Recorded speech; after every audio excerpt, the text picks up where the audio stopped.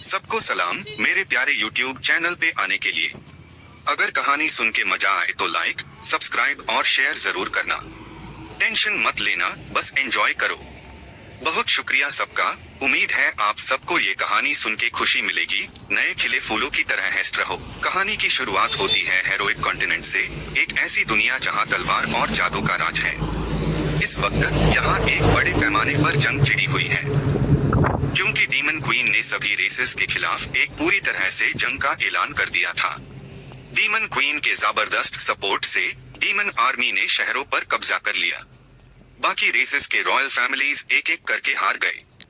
जल्द ही सिर्फ इंसान ही बचे थे जो बहादुरी से लड़ रहे थे, लेकिन इंसानों के अंदरूनी झगड़ों और बगावत की वजह से राजधानी की अंतिम रक्षा भी पूरी तरह से टूट गई और इंसानों ने अपनी हार मान ली। इसी वजह से डीमन क्वीन एलिजाबेथ, जो डीमन रेस के इतिहास की सबसे ताकतवर शख्सियत के रूप में जानी जाती थी, अब ऑफिशियली इस दुनिया के शिकार पर पहुंच गई और यहाँ की इकलौती रूलर बन गई। ह्यूमन रॉयल सिटी में वो प्रीस्ट अब पूरी तरह से घिर चुका था। एलिजाबेथ, तुम ये मत सोचना कि तुम सच में जीत गई हो। फ्यूचर अब भी हमारे साथ है। लेजेंडरी हीरो तुम्हें पूरी तरह से हरा देगा। बकवास करते हुए उस प्रीस्ट को एक किक पड़ी। BA2, कृपया अभी की सिचुएशन क्लियर करें। अगर राजा आपसे सलाह नहीं, ऑर्डर दे रहे हैं, क्या आप समझ रहे हो? ये घमंडी इंसानी प्रिंस ड्यूइतू माएरफू है।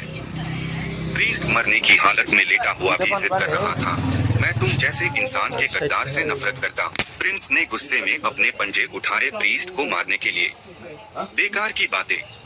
अगर तुम्हें मेरे उस बेकार बाप की इतनी याद आ रही है तो मैं अभी तुम्हें उससे मिलवा देता हूँ। पीछे से डीमन क्वीन की आवाज आई, रुको। माएरफू चौंक गया और रुक गया। प्रीस्ट की जान भाग गई। बस थोड़े ही वक्त में वो मर जाता। माएरफू अदब से घुटने टेक कर झुका, जबकि डीमन क्वीन एलिजाबेथ ने उससे घूरते हुए पूछा, तुम बताओ, क्या मैं हार जाऊंगी? ए छोटे इंसान, बेहतर होगा तुम मुझे साफ साफ बताओ, वरना मेरे पास हजारों तरीके हैं तुम्हें ऐसी तकलीफ देने के कि तुम मौत मांगोगे। जमीन पर पड़ा प्रीस्ट कांपते हुए बोला, फ्यूचर विजन में मैंने जो देखा वो ये है कि जब लेजेंडरी हीरो होली स्वॉर्ड निकालेगा तब डीमन रेस के राज का अंत हो जाएगा। उसकी शक्ल बिगड़ गई थी। होली स्वॉर्ड तो मेन हॉल के स्टोन पेडिस्टल में फंसी हुई है। मैं तुम्हें बिल्कुल नहीं बताऊंगा। मैं इंसानों को धोखा नहीं दूंगा, नहीं दूंगा। एलिजाबेथ ने एक नजर देखा। होली स्वॉर्ड एआर नीफा, एक बार लेजेंडरी हीरो ने ये तलवार निकाल ली तो क्या उससे फिर मुझे चैलेंज करने का हक मिल जाएगा? एलिजाबेथ ने प्रीस्ट के बिल्कुल सामने तलवार को सम्मन कर लिया। वो मुड़कर मुस्कुराई, दिलचस्प, तो ये क्वीन यही उसका इंतजार करेगी। उस बूढ़े आदमी की बातों की वजह से बहुत से लोग हीरो के आने का इंतजार कर रहे थे, जिसमें डीमंस और ह्यूमंस दोनों थे। सीन शिफ्ट होती है एलिजाबेथ के राज के पहले साल में, फिर एलिजाबेथ के राज के दूसरे साल में, और फिर तीसरा, चौथा, पांचवा साल। धीरे धीरे कोई भी उस रूमर्ड हीरो का इंतजार करने के लिए डिफेंसिव पोजीशन में नहीं बचा था। एलिजाबेथ के राज के 15 साल तक सबकी जिंदगी नॉर्मल हो चुकी थी। गुड मॉर्निंग मिस्टर पीट। आज दुकान में बीफ की क्वालिटी बहुत अच्छी है। कृपया मेरा बिजनेस चलता रहे। ये तो पक्की बात है, कस्टमर्स आपके इंग्रेडिएंट्स की बहुत तारीफ करते हैं। AIA, अब देर हो रही है। आज मेल लेड का ऑडिशन मिस नहीं कर सकते। डीमन क्वीन के पूरे राज में सभी पुराने रूल्स और रेसेस के बीच का भेदभाव खत्म कर दिया गया। सब लोग बराबरी से साथ रह सकते थे। अब कोई झगड़ा नहीं था, सब शांति और खुशी से रहते और काम करते थे। जल्द ही हेरोइक कॉन्टिनेंट ने एक ऐसी तरक्की देखी जो पहले कभी नहीं हुई थी। यहाँ तक कि इस मुश्किल से मिली शांति के टूटने के डर से एक एंटी हीरो टीम बन गई, जो उस सो कॉल्ड लेजेंडरी हीरो के आने का जोर शोर से विरोध कर रही थी। डीमन क्वींस सिटी में, जो पहले ह्यूमन रॉयल सिटी थी, एलिजाबेथ थ्रोन पर आराम से बैठी थी, जैसे चैलेंज कर रही हो, तो क्या अभी भी लेजेंडरी हीरो की कोई खबर नहीं? नीचे खड़े दी एल्फ रेस के मिनिस्टर डक ड्यूई लैप और ड्वार्फ रेस के मिनिस्टर HAC मोडिंग कैंक।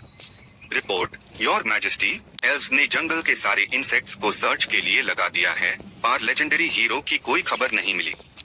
हम ड्वार्फ्स इंटेलिजेंस गैदर करने में इतने अच्छे नहीं है, लेकिन अलग अलग वेपन शॉप्स से मिली जानकारी के मुताबिक कोई भी सस्पिशियस कैरेक्टर नहीं मिला है। एक कोने से ह्यूमन रेस के मिनिस्टर एरिस्टोस सैड बोले, मुझे लगता है अगर वो हीरो आ भी गया तो वो सिर्फ ख्याली पुलाव पका रहा होगा। हम सबसे अकेले लड़ने का, डरने की कोई बात नहीं है। डीमन रेस के मिनिस्टर गैट थी थम बोले, एरिस्टोस सैड नए हैं, इसलिए नहीं जानते। योर मैजेस्टी लेजेंडरी हीरो से डरती नहीं है, बल्कि वो तो बड़े बेचैनी से उसका इंतजार कर रही है। उस प्रोफेसी से निपटने के लिए योर मैजेस्टी ने हर तरह की एंशिएंट मैजिक और फाइटिंग टेक्निक्स का गहरा अध्ययन किया है। उसके बगल में बीस्ट ह्यूमन रेस के मिनिस्टर म्यूसीए नार थे। अगर योर मैजेस्टी चाहे तो ये हेरोइक कॉन्टिनेंट अभी के अभी खत्म हो सकता है। वो बेकार बैरो जिस फ्यूचर विजन की बात कर रहा था, वो सब बेकार है।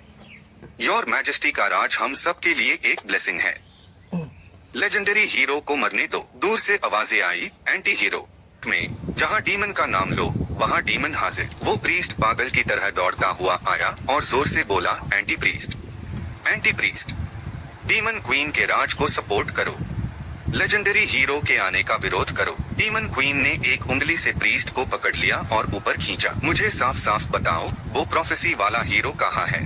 बैरो का चेहरा बिगड़ गया और वो बोला, सच में फ्यूचर विजन हमेशा सही नहीं होती। अगर वो उस हस्ती के बारे में हो जो प्रोफेसी की समझ से भी ऊपर हो, जैसे कि आप, योर मैजेस्टी। ह्यूमन प्रिंस माफू ये सुनकर वो भी झुक गया और बोला, हाँ बिल्कुल, उस बेकार प्रोफेसी को आप पार अप्लाई करना तो एक बहुत बड़ी बीजाटी होगी।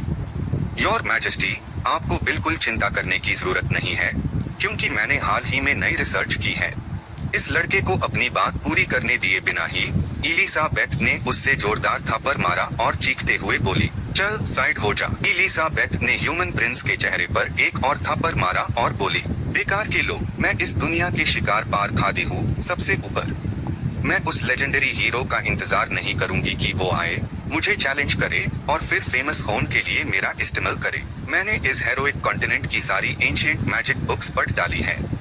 इतनी मुश्किलों और मेहनत के बाद ये वर्ल्ड डिस्ट्रॉइंग मैजिक बनाई, बस उस हरामखोर हीरो के चैलेंज का इंतजार कर रहा था। पर वो कमीना हीरो अभी तक नजर भी नहीं आया। तो क्या मेरी सारी मेहनत मजाक थी? इतना कहते ही डीमन किंग एक्सेबाक ने फ्लोर में गरी हुई तलवार कास के पकड़ ली और बोली, ठीक है, अगर तुम खुद मेरे पास नहीं आओगे तो।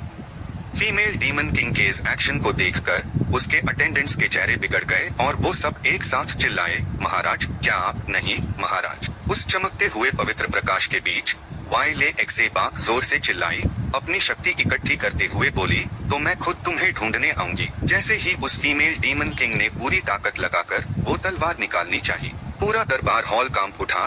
एक भयानक प्रेशर छा गया, जिसे अटेंडेंट्स इतने डर गए कि उन्होंने खुद को बचाने के लिए प्रोटेक्टिव बैरियर्स समन कर लिए। तभी एल्फ ट्राइब के मिनिस्टर ने हैरत से आंखें फाड़ते हुए कहा, कहीं ऐसा तो नहीं? क्या डीमन किंग सच में होली स्वॉर्ड निकालना चाहती है? एक दहला डीन वाली रोशनी सीधे आसमां में छोड़े दी। डीमन किंग एक्सेबाक ने होली स्वॉर्ड हाथ में पकड़कर जोर से हेस्ट हुए कहा, हा, किसने कहा था कि इसे सिर्फ लेजेंडरी हीरो हाई निकाल सकता है? जैसे ही उसने ये कहा, फीमेल डीमन किंग के सामने एक अनजाना सा नजारा दिखाई दिया। पहाड़ियां थी, ऊंचे नीचे टीले, एक गांव का धुंधला सा मंजर और एक छोटी सी झोपड़ी जहां दो दिल रहते थे। वाइले एक्सेबाक ने हल्की सी मुस्कान के साथ कहा, ओ, तो तुम यहाँ छिपे थे, उस कमीने। इतना कहकर उसने अपना हाथ उठाया और forbidden space time deep real magic summon की। जबरन टेलीपोर्टेशन के लिए एक खून जैसा लाल मैजिक सर्कल दिखने लगा।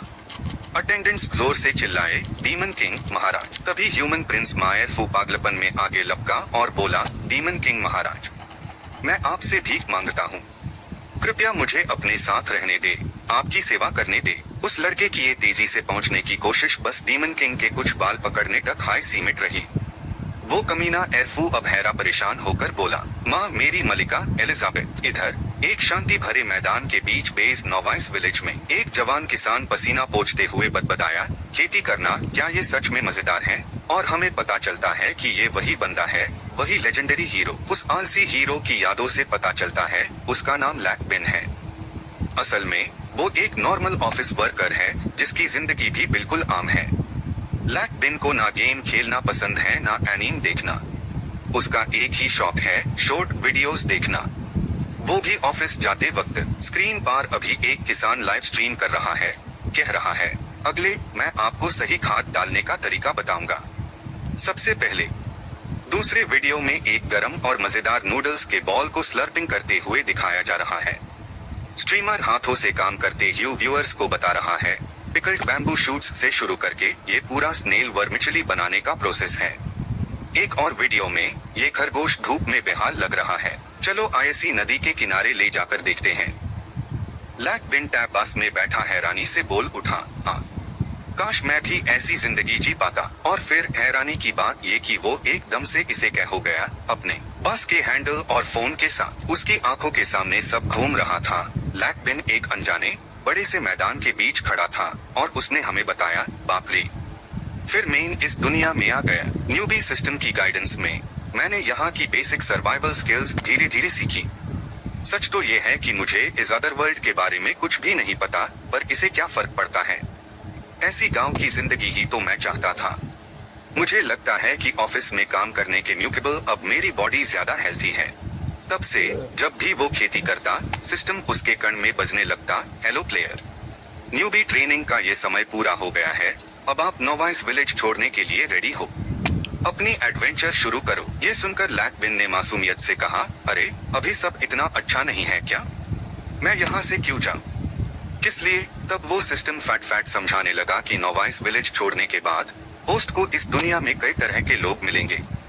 आप उनके डिसाइपल बन सकते हो, अलग अलग स्वॉर्ड स्किल्स और मैजिक सीख सकते हो, एक लेजेंडरी हीरो बन सकते हो और ग्रेट डीमन किंग को खत्म कर सकते हो।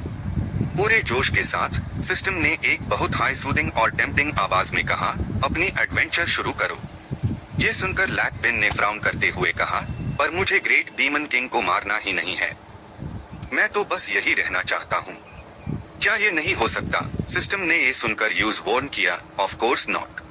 प्लेयर का मिशन ग्रेट डीमन किंग को खत्म करना है, अपनी एडवेंचर शुरू करो। जब सिस्टम ने देखा कि ये बंदा उसकी बात नहीं मान रहा, तो वो बार बार उसके कान में चिल्लाने लगा, वार्निंग वार्निंग।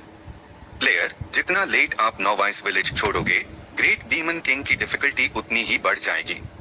अपनी एडवेंचर शुरू करो, स्वॉर्ड और मैजिक स्किल्स सीखो, एक लेजेंडरी वॉरियर बनो, आपको सीक्रेट ट्रेजर्स और कई तरह के एनकाउंटर्स मिल सकते हैं।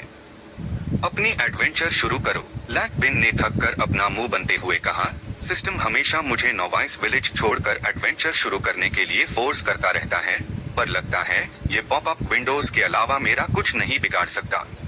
जब उसने देखा कि सिस्टम उसका कुछ नहीं कर सकता, तो उसने पक्का इरादा कर लिया, वो ग्रेट डीमन किंग जो भी हो, मैं तो अपनी जिंदगी ऐसे ही जीता रहूंगा। ये सब टाइम बैरियर, टाइम एन्चेंटमेंट की वजह से था, क्योंकि यहाँ एक स्पेशल टाइम बैरियर था जो नोवाइस विलेज को पूरी तरह से छुपाकर सेफ रखता था।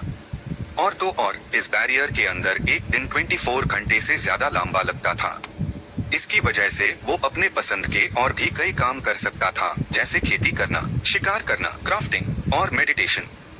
हालांकि लैक बिन को अभी तक स्वॉर्ड और मैजिक के बारे में कुछ नहीं पता था, पर उसके जैसा एडवेंचर नापसंद करने वाले इंसान के लिए ये सब अनइम्पोर्टेंट था।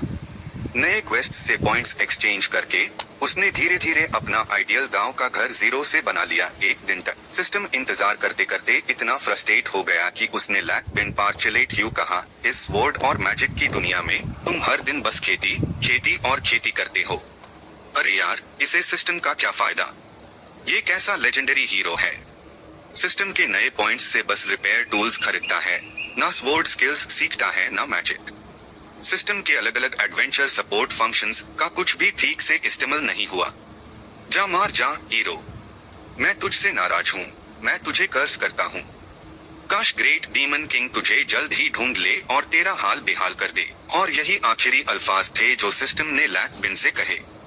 एक दिन सिस्टम सडनली क्रैश हो गया और गायब हो गया, पर उदास या डिप्रेस्ड होने की बजाय लैक बिन को तो उल्टा बहुत अच्छा लगा। हमारा लेजेंडरी हीरो बहुत रिलीव्ड फील कर रहा था। उसने मासूमियत से कहा, पूरा दिन बिजी रहा, अब तो पेट भी गुर्रा रहा है, लगता है लकड़ियां ज्यादा नहीं बची, थोड़ी पहले से ही रेडी करनी पड़ेंगी। तभी लैक बिन को याद आया और वो बोल उठा, अरे हाँ, मैं तो दाएं रंग को भूल ही गया।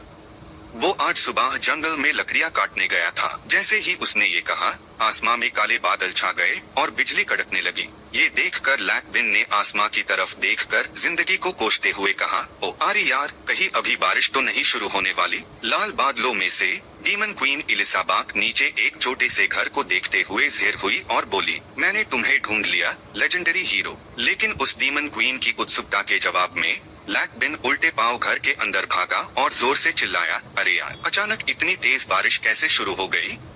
मेरे कपड़े और मेरी सूखी मछली भी बाहर है। उन्हें भीगने नहीं दे सकता। लैक बिन ने कपड़े और सूखी मछली पकड़कर चैन की सांस लेते हुए कहा, अच्छा हुआ मैं वक्त पर आ गया, वरना मेरी सूखी मछली और सॉसेजेस सब बर्बाद हो जाते। जैसे ही उसने ये कहा, उसका रोबोटिक पेट डॉग दम हिलता हुआ खुशी से उसके पास दौड़कर आया। ये देखकर लैक बिन ने कहा, वैंग टाई, अब शरारत मत करो, बारिश होने वाली है, जल्दी घर चलो। वैंग टाई ने ये सुना, लेकिन रोज से अलग, वो लैक बिन के चरण तरफ चक्कर काटने लगा जैसे उसे कुछ याद दिलाना चाहता हो। कुछ अलग महसूस करते हुए वो ऊपर आसमां की तरफ देखने लगा और हैरान रह गया जब उसने ऊपर हवा में कुछ देखा। तब लैक बिन ने अपने रोबोटिक पेट डॉग से पूछा, सुनो वैंग टाई, ऊपर आसमां में कुछ है ना? उसका पेट डॉग लगातार आवाजें निकलने लगा। तब इलिसाबाथ की आवाज भी ऊपर से गूंज उठी, बोली, कितने बेवकूफ हो, मेरी हिम्मत कैसे हुई मुझे कुछ कहने की? लैक बिन ने ये सुनकर झट से हाथ हाईलाइट यू समझाया, अरे नहीं नहीं, सॉरी, मैंने ठीक से देखा नहीं था। जुबान पर तो ये था, पर अंदर ही अंदर वो सोच रहा था, भला अचानक कोई यहाँ कैसे आ सकता है? क्या बिगिनर्स विलेज एकदम सेफ नहीं था? लैक बिन को सोचने का वक्त दिए बिना डीमन क्वीन इलिसाबाथ ने हाथ बढ़ाया और कहा, पहले एक छोटा सा टेस्ट हो जाए। इतना बोलते ही उसने लैक बिन पर एक लाइटनिंग बोल्ट छोड़ दिया। लाइटनिंग स्ट्राइक देखते ही उसने झट से हाथ उठाकर अपना सर पकड़ लिया और चीखते हुए बोला, एक मिनट रुको, एक मिनट रुको, ये तुम क्या बोल रही हो? लैक बिन के शब्द अभी खत्म भी नहीं युद्ध की एक चमकती हुई गोल्डन रोशनी आसमां से सीधे उसके हाथ में आ गिरी। डीमन क्वीन ने ये देखते ही हैरानी से कहा, ये तो बड़ा इंटरेस्टिंग है। लैक बिन तो हक्का बक्का रह गया जब उसने अपने हाथ में एक तलवार देखी। तब उसने घबराकर तलवार उल्टे सीधे घूमते हुए बोला, अरे यार, ये अचानक मेरे हाथ में क्या आ गया? आखिर ये सब क्या हो रहा है? डीमन क्वीन इलिसाबाथ ने गुस्से से डांट पीसते हुए कहा, स्वॉर्ड सेंट अल्फफा की पहचान तो गलत हो नहीं सकती, लेकिन इस शैक्स के अंदर मैजिक पावर इतनी कम है कि ऑर्डिनरी सोल्जर्स से भी कंपेयर नहीं हो सकती। TCH, कहीं ये अपनी पावर छुपा तो नहीं रहा? ये सोचकर डीमन क्वीन बाक ने अपने हाथ जोड़कर एक चमकता हुआ मैजिक सर्कल बनाया और कहा, मैं एलिजाबेथ के इतिहास की सबसे ताकतवर डीमन क्वीन हूँ और आज मैं यहाँ तुम्हें पूरी तरह खत्म करने आई हूँ। ये सुनकर लैक नाम का हीरो अपना सर पकड़कर चिल्लाया, oh god, oh my god, demon queen, ये मेरे दरवाजे तक कैसे पहुँच गई? मैं तो कभी यहाँ से बाहर गया ही नहीं। इतना कहते हाय लैक बिन हद बदाकर चिल्लाया, वैंग टाई, चुप रहो, स्टूपिड डॉग, उससे गुस्सा मत दिलाओ। उसके शब्द अभी खत्म भी नहीं युद्ध की ऊपर आसमां में डीमन क्वीन ने forbidden art, dark magic use करना शुरू कर दिया। Species extinction. देखते ही देखते आसमां में कई मैजिक सर्कल्स ज़ेर हो गए और उसके तुरंत बाद हेवनली स्टार बॉम्ब्स दिखने लगे। लैक बिन ने ये देखा और उसकी आंखें बड़ी हो गई। उसने कहा, सिस्टम ने सही ही कहा था, हीरो और डीमन क्वीन का मिलना टाल नहीं सकते, चाहे मेन बिगिनर्स विलेज से कभी बाहर गया ही ना हूँ। ये सोचकर उसने तलवार फेंक दी और घूमकर बोला, तो और क्या कहना? अपने डॉगी साइड किक वैंग टाई को बाहर छोड़कर लैक बिन सीधा अपने घर की तरफ बढ़ा और कहा, अब तक मैं एक नूब बिगिनर हाई था, लेकिन बॉस तो दरवाजे तक आ गया है, तो किस्मत एक्सेप्ट करने के अलावा मैं और क्या कर सकता हूँ? लेजेंडरी हीरो लैक बिन डीमन क्वीन से मिलते ही हिम्मत हार गया और मरने के लिए घर में घुसने लगा। दरवाजा खोलने से पहले उसने घूमकर बहुत दुख भरे चेहरे से आसमां की तरफ देखा और कहा, या शायद मुझे खुश होना चाहिए कि मैं यहाँ इतना अच्छा वक्त बिता पाया। अपनी छोटी सी दुनिया में मैंने हर पाल का मजा लिया और मुझे कोई अफसोस नहीं। आखिर में चलो मैं और ये घर दोनों एक साथ जीरो हो जाते हैं। लैक बिन को घर में घुसकर दरवाजा बंद करते देख डीमन क्वीन को इतना गुस्सा आया कि वो चीख उठी, अरे यार, नहीं नहीं, अभी उसने मेरी तरफ देखकर जो स्माइल दी उसका क्या मतलब था? लैक बिन का मरने का दुख भरा चेहरा उसकी आंखों में घमंड और बेइज्जती में बदल गया। उसके मुताबिक घर में घुसने से पहले लैक बिन की हंसी का मतलब था, अगर हिम्मत है तो आ जाओ। ये सोचकर डीमन क्वीन बाक ने गुस्से से दांत पीसते हुए कहा, क्या सच में ऐसा हो सकता है? ये घमंडी इंसान, अब मरने के लिए तैयार हो जाओ। इतना बोलते ही उसने सारे हेवनली स्टार बॉम्ब्स नीचे फेंक दिए। सबने सोचा लैक बिन का गेम ओवर हो गया, लेकिन नहीं। तभी वैंग टाई रोबोट डॉग की आंखों में अजीब सी नंबर्स चमकने लगी, लगातार बदलते हुए। थोड़ी देर बाद उसकी आंखें दुगोल आकारों में बदल गई। एक आवाज गूंजी, बोली, calculations complete, combat mode activated. और देखते ही देखते वो ट्रांसफॉर्मर की तरह अलग होने लगा। Missiles, thermobaric weapons, laser weapons, कई एडवांस्ड हथियार उससे निकलने लगे। उसका रोबोटिक पेट डॉग एक जमीन तोड़ तबाही की मशीन में बदल गया। हेवनली स्टार बॉम्ब्स नीचे गिरने लगे। मिसाइल्स तेजी से ऊपर गए और उन्हें रोका। सालों से शांत बिगिनर्स विलेज के ऊपर एटॉमिक बॉम्ब जैसे धमके किए। नीचे उस अनजान क्रीचर की इनक्रेडिबल पावर देखकर डीमन क्वीन बाक हैरानी से चीख उठी, इम्पॉसिबल। तो इसलिए ये लेजेंडरी हीरो इतना घमंडी था। तो ये एक हाई लेवल मैजिक टूल पर डिपेंड करता है जिसने इसकी इंटेलिजेंस अनलॉक कर दी है। इतना बोलते ही उस डीमन क्वीन का चेहरा गुस्से से काला पैट गया, आंखें लाल हो गई और वो अपनी शक्ति इकट्ठी करते हुए बोली, बस एक बात याद रखना, मेरे सामने सब कुछ सेकंड क्लास ही है। आसमां और जमीन का रंग बदल गया। जब गुलाबी बादलों से भरे आसमां में डीमन क्वीन इलिसा बाक ने आखिरकार वो वर्ल्ड डिस्ट्रॉइंग मैजिक एक्टिवेट कर दिया जो लेजेंडरी हीरो के साथ आखिरी जंग के लिए था। आखिरी वार करने के लिए हाथ उठाते हुए डीमन क्वीन ने कहा, अब मुझे तुमसे मिलने में कोई इंटरेस्ट नहीं। बस इतना ही था। फॉरबिडन एंशिएंट आर्ट अर्थ रिकंस्ट्रक्शन एक्टिवेट हो गया। एक सुपरसाइज्ड हेवनली स्टार बॉम्ब तेजी से छोटे से बिगिनर्स विलेज की तरफ बढ़ा। रोबोट वैंग ताई ने ये नजारा देखा और बिना घबराए कैलकुलेशंस शुरू कर दी। उसकी आंखों में लाल लेटर्स चमकने लगे। जल्दी ही उसकी आंखें फिर से गोल हो गई। सिस्टम की आवाज फिर से गूंजी, अनाउंस करते हुए, कैलकुलेशन प्रोसेस कंप्लीट। इस बार वैंग ताई ने सीधा अपना मुंह खोला और एनर्जी इकट्ठी करने लगा। उसने बीस्ट बॉम्ब सीधा अस्क सेलेस्टियल कोर पार दागी जो नीचे गिर रहा था। बीस्ट बॉम्ब का छोटा सा रूप देखकर वो डीमन लॉर्डेस हंसी और बोली, क्या मजाक है, कुछ नहीं होगा इसे, इस जमीन के साथ शांति से खत्म हो जाओ। उसका बोलना अभी पूरा भी नहीं हुआ था कि साबाक की हंसी गायब हो गई। तभी वहाँ एक क्वांटम ब्लैक होल प्रकट हुआ और उसने सीधा सेलेस्टियल कोर को निगल लिया। अपनी वर्ल्ड डिस्ट्रॉइंग मैजिक को एक पाल में टूटते देखकर साबाक हैरानी से बोली, मेरी वर्ल्ड डिस्ट्रॉइंग मैजिक, वो भी ऐसे हाई टूट गई क्या? टैप वाई ले साबाक ने हैरा आंखों से उस छोटे घर को देखा और बोली, वो हीरो, आखिर वो घर के अंदर कर क्या रहा है? बाहर जब वो डीमन लॉर्डेस वैंग ता की ताकत से हैरा घबराहट में अपने कण सहला रही थी, वही अंदर लैक बेन जो अपने कुत्ते का मालिक था, कंबल ओढ़े कांपते हुए मौत का इंतजार कर रहा था और बोला, आने दो जो भी आना है, मैंने अपना काम कर दिया है। टैप डीमन लॉर्डेस साबाक जमीन पर उतरी और वैंग ता के पास पहुंची। ये देखकर कुत्ता गुराया और मियाओ मियाओ करने लगा। ये देखकर साबाक ने उसे गौर से देखा और बोली, तो क्या आखिर में इस लॉर्ड को हाई अंडर एस्टिमेट किया जा रहा है? इतना बोलकर साबाक ने बेपरवाही से कहा, पर ज्यादा खुश मत हो, अभी तक इस लॉर्ड ने अपनी सिर्फ 30% ताकत हाई इस्तेमाल की है। अपनी मुट्ठी कसते हुए, अपनी असली ताकत को जाहिर करते हुए वो डीमन लॉर्डेस गुस्से में गरजी और बोली, हे बदतमीज, मैं तुम्हें दिखाती हूँ कि असली डर क्या होता है। वाई ले साबाक की गुस्से भरी गर्जन के साथ ही उसका शेर तेजी से उसके सबसे शक्तिशाली डीमन गॉड रूप में बदल गया और वो सीधा वैंग ता से लड़ने के लिए उसकी तरफ लपकी। एक डीमन और एक कुत्ते के बीच एक जोरदार भयंकर लड़ाई तुरंत शुरू हो गई। 1 घंटे बाद हमारा हीरो, लेजेंडरी स्ट्रॉन्गेस्ट हीरो लैकबेन, अपनी मीठी नींद पूरी करने के बाद अंगड़ाई लेते हुए उठा और बोला, क्या मैं मर गया हूँ? लेकिन उसके सामने अब भी वही जानी पहचानी तस्वीर थी, उस घर की जहाँ वो सालों से रह रहा था। टैब लैकबेन ने हैरा होकर कहा, अरे, मैं अभी भी घर में हूँ, बाहर तो कोई हरकत नहीं लग रही है।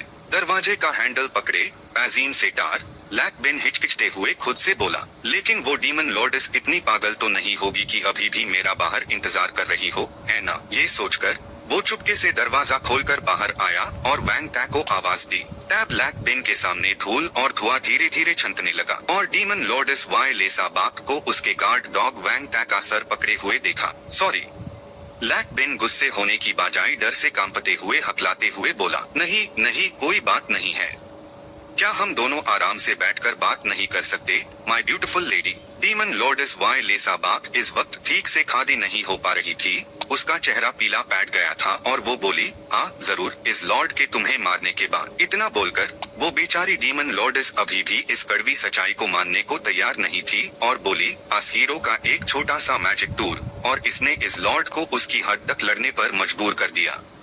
उसकी आंखें धुंधली हो रही थी, वो जमीन पर मुंह के बाल गिर पड़ी और कड़वाहट से बोली, क्या यही इस लॉर्ड का भविष्य में लिखा अंत था? अस विंग्ड लेडी को ऐसे मुंह के बाल गिरते देखकर लैकबेन तुरंत हीरो स्टाइल में उसे बचाने दौड़ा और प्यार से पूछा, हे तुम ठीक हो? जैसे ही उसने ये कहा, सामने की डीमन लॉर्डेस अपनी पूरी मैजिक खोने के बाद एक असली औरत में बदल गई, बिल्कुल नंगी। उसके सामने वो सारे खूबसूरत नजारे देखकर उस मासूम लैक बिन की नाक से खून निकलने लगा और वो चीखा, ओह माय गॉड, ये तुम क्या कर रही हो? धीरे धीरे रात ढलने लगी। अंदर साफ कमरे में डीमन लॉर्डेस वाई लेसा बाक अब एक टी शर्ट में थी, बिना अंडरगारमेंट्स के, हाथों में हथकड़ियां बंधे सो रही थी। जब वो हदबदा कर जागी तो उसे विश्वास नहीं हुआ और वो बोली, इस लॉर्ड को हार कैसे मिल सकती है?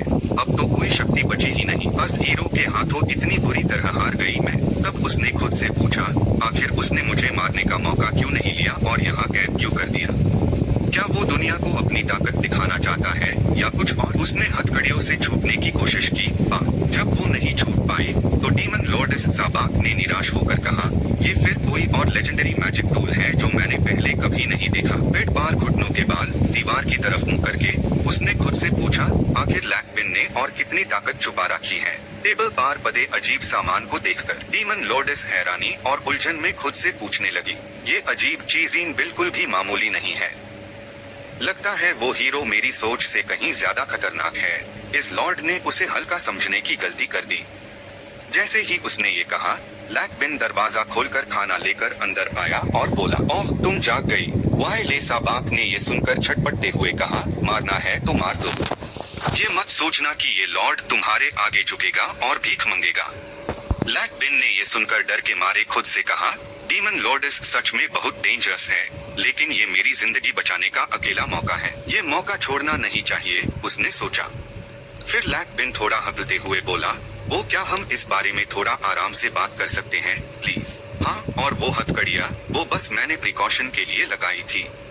आप जानती है ना आप कितनी पावरफुल है? रेड हेयर्ड डीमन लॉर्ड को हैरान देखकर लैकबिन झट से बोला, अरे नहीं नहीं, मेरा मतलब था आप तो जानती है ना आप कितनी शक्तिशाली है, राइट? उसने जेब में हाथ डाला और हथकड़ियों की चाबी निकाली। लैकबिन ने प्यार से मुस्कुराते हुए कहा, मुझे लगता है हमारे बीच कोई गलतफहमी हो गई है। मैं अभी आपकी हथकड़ियां खोल देता हूँ, फिर हम आराम से बात करेंगे, ठीक है? लैकबिन का ये ज्यादा फ्रेंडली तरीका डीमन लॉर्ड वाई लेसा बाक को लगा जैसे वो माफी मांग रहा हो।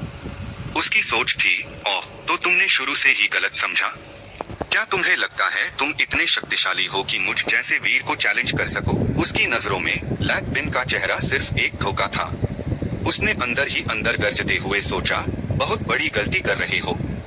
गलत गलत गलत। अगर तुम्हें जिंदा रहना है तो मेरी बातें मानो। ये सोचते हाय डीमन लॉर्ड का चेहरा गुस्से से काला बैठ गया। उसने खुद से कहा, क्या ये मुझे, इस महाशक्ति को धमकी दे रहा है या क्या? लैकबिन थोड़े अटकता हुआ आगे बढ़ा और डीमन लॉर्ड की हथकड़ियां खोलते हुए बोला, वो मैंने आपकी हथकड़ियां खोल दी है, ये दिखाने के लिए कि मेरी कोई बुरी नियत नहीं है। वादा किया था ना, तो अब हम आराम से बात करते हैं हसीना। आजाद होते ही डीमन लॉर्ड ने मन ही मन हिसाब लगाना शुरू कर दिया। खत, अभी हालत मेरे लिए बिल्कुल ठीक नहीं है।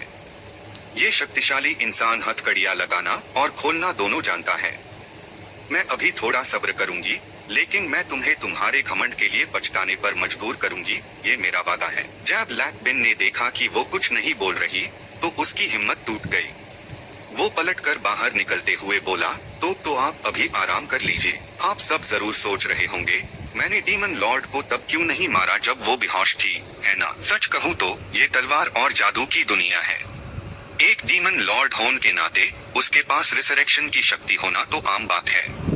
और हाँ, मैं मुर्गी काट सकता हूँ, मछली साफ कर सकता हूँ, सूप बना सकता हूँ, लेकिन किसी इंसान को, या यूं कहूँ किसी डीमन लॉर्ड को मारने का काम मुझसे कैसे हो सकता है भला? उसने उंगली उठाते हुए हमसे कहा, अगर एक हीरो और डीमन लॉर्ड के बीच का तकरार खत्म करना है तो क्या लड़ना मारना ही एक जरिया है? बस मुझे ये साबित करना होगा कि मैं उसके लिए कोई खतरा नहीं हूँ, और फिर उससे दोस्ती करनी होगी, तो मैं खुशियों से अपनी जिंदगी जीता रहूंगा।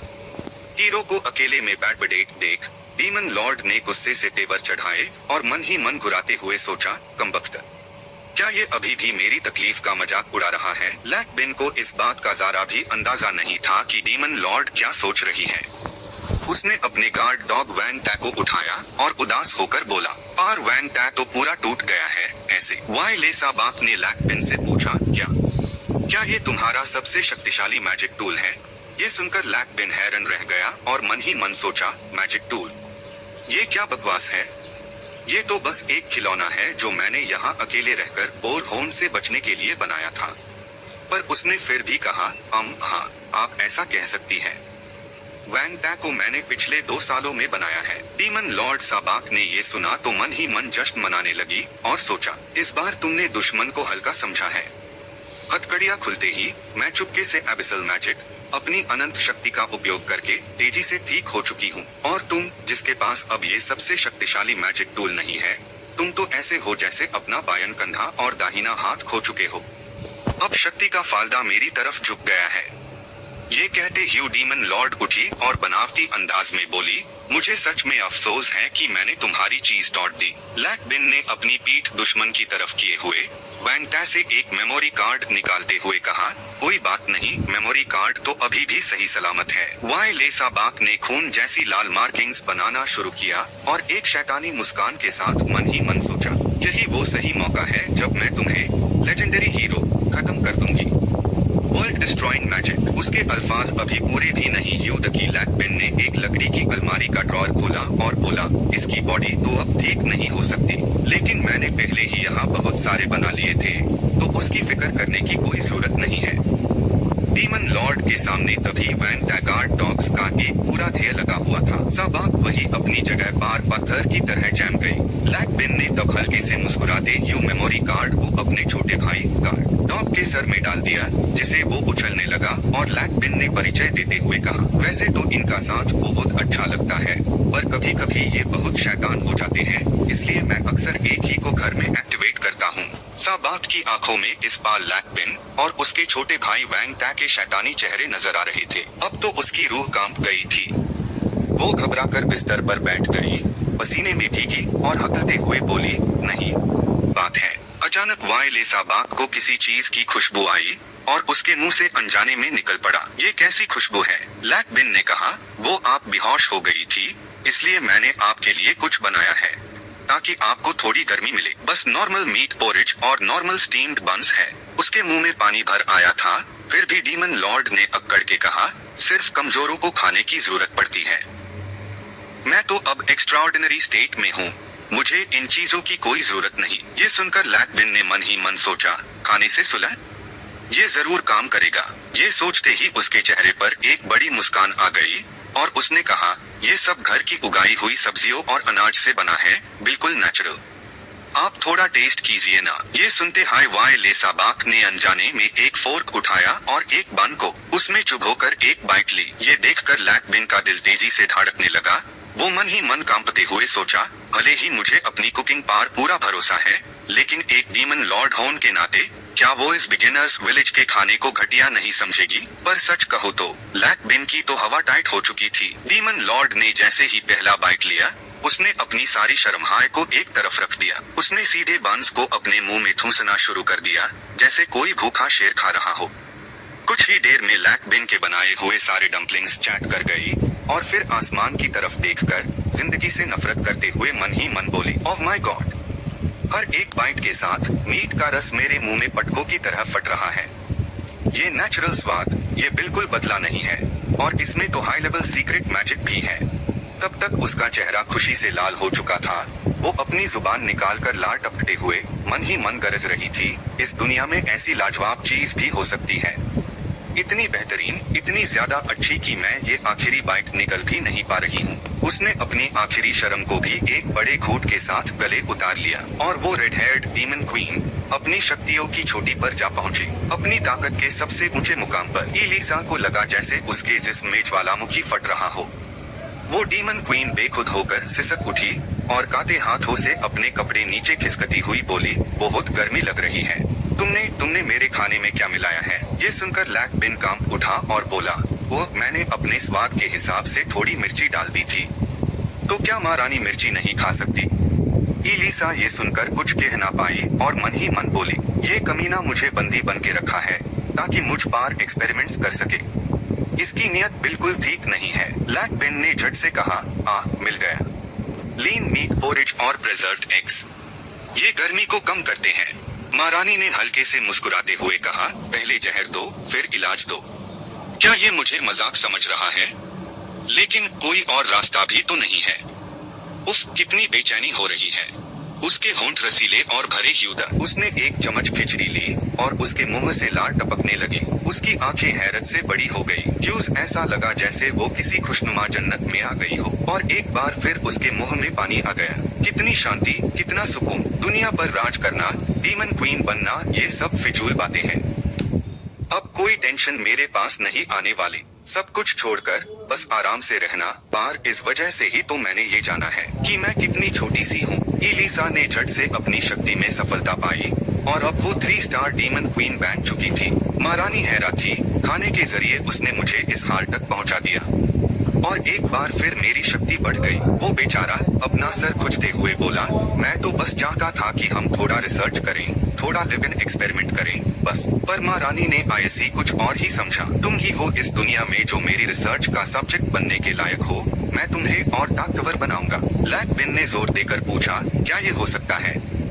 मैं तुम्हें और मजेदार खाना खिलाता रहूंगा। उसके नजरों में तो इसका मतलब ये बना, वाह वाह, अगर तुम्हें और ताकतवर बनना है तो मैं तुम्हारी मदद कर सकती हूँ। मैं देखने के लिए बेचैन हूँ कि क्या तुम मुझे हरा पाते हो या नहीं। महारानी गुस्से में बोली, एक विद्वान मर सकता है पर अपने उसूल नहीं छोड़ सकता। ब्लैक बिन डर कर मन ही मन सोचा, छोड़ दो। क्या अब भी ये मुझे मारने की सोच रही है? एलिसा तुरंत बेड पार चढ़ गई और ब्लैक बिन के पीछे से अब भी गुस्से में गो रही थी। महारानी बेड पार खा दी, नीचे उंगली करते हुए बोली, ध्यान से सुनो। मैं तुम्हारी शार्ट मान सकती हूँ पर ये भी समझ लो, मैं डर के मारे नहीं बल्कि ताकत की ऊंचाइयों को छूने के लिए ये सब कर रही हूँ। ब्लैक बिन को पसीना बहने लगा था। मुझसे डर? किस बात का डर? उसने सोचा, लेकिन वो महारानी है, वो सबसे बड़ी है, वो जो कहेगी वही सही। महारानी ने एक शैतानी रूप बनाया। और सुनो, ये मत समझना कि यहाँ रहते ही मैं तुम्हारे सामने झुककर बात करूंगी।